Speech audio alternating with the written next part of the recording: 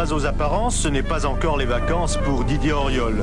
Le nouveau champion du monde des rallyes vient étrenner son titre tout neuf aux Canaries dans la traditionnelle course des champions où l'on retrouve toutes les célébrités de la spécialité, depuis Björn Waldegard, le premier champion du monde des rallyes, jusqu'aux pilotes les plus prometteurs de l'actuelle génération.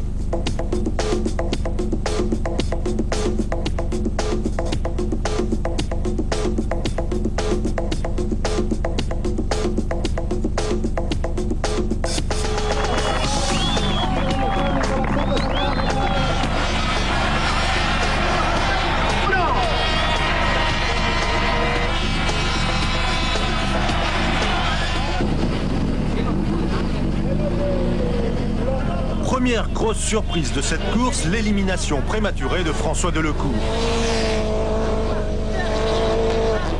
Handicapé par des problèmes d'embrayage dans la première manche, Delecourt prend sa revanche dans la deuxième, quand son rival, l'Espagnol Monzon, part en tête à queue, pratiquement sur la ligne d'arrivée. Mais pressé de rejoindre l'Angleterre pour signer son contrat avec Ford, Delecourt abandonne définitivement la victoire à son adversaire dans la troisième manche.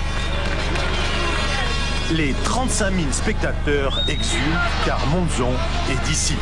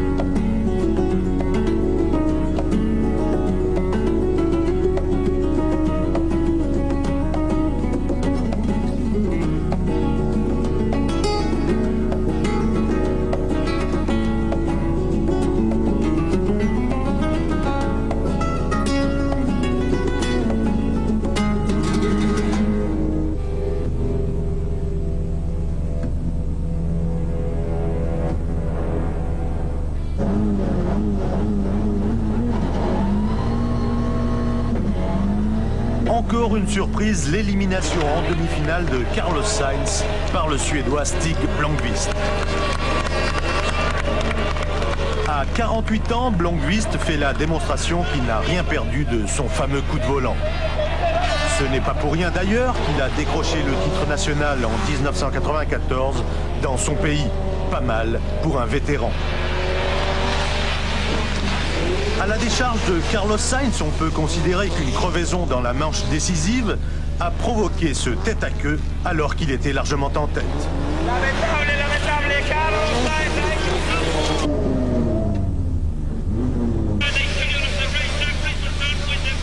Pendant ce temps-là, Didier Auriol va à son bonhomme de chemin sans faire d'esbrouffe. Ainsi, le voit-on tordre le cou aux espérances du Canarien Monzon, qui pensait que son jour de gloire était arrivé. Que ce soit au volant de la Ford Escort Cosworth ou à celui de la Toyota, Monzon n'a pas pesé lourd face au pilote français qui avait à cœur de défendre victorieusement son titre de champion des champions obtenu ici l'an dernier. D'autant qu'il se devait de faire honneur également à sa couronne mondiale, décrochée quelques jours auparavant en Angleterre.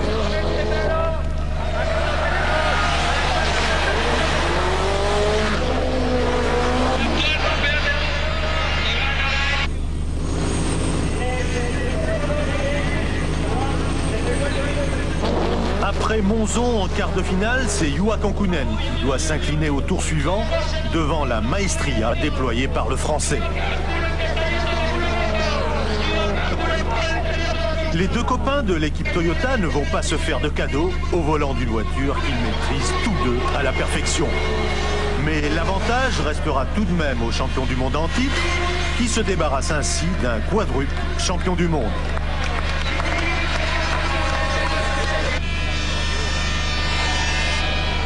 Lógicamente Armin lo tiene que hacer.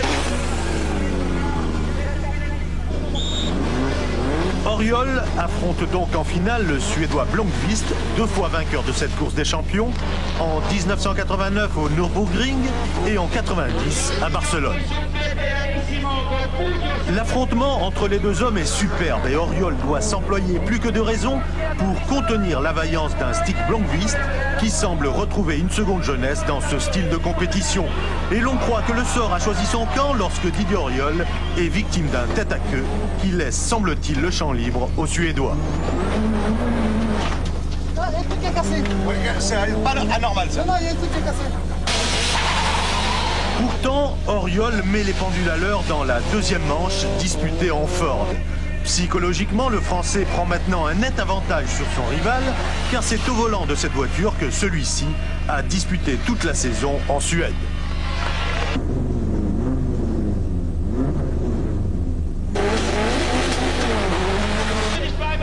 La belle permet à Oriol de retrouver toutes ses sensations avec la Toyota de tous ses exploits et là, il devient alors irrésistible.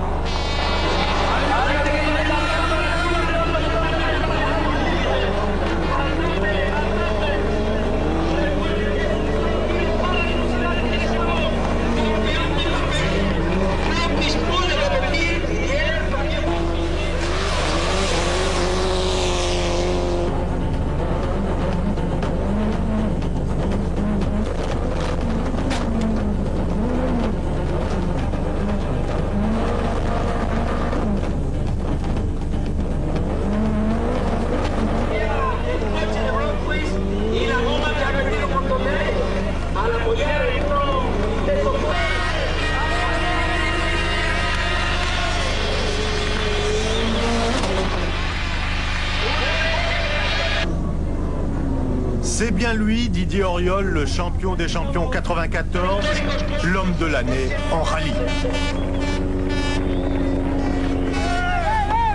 Et le public ne s'y trompe pas, qui lui réserve un véritable triomphe.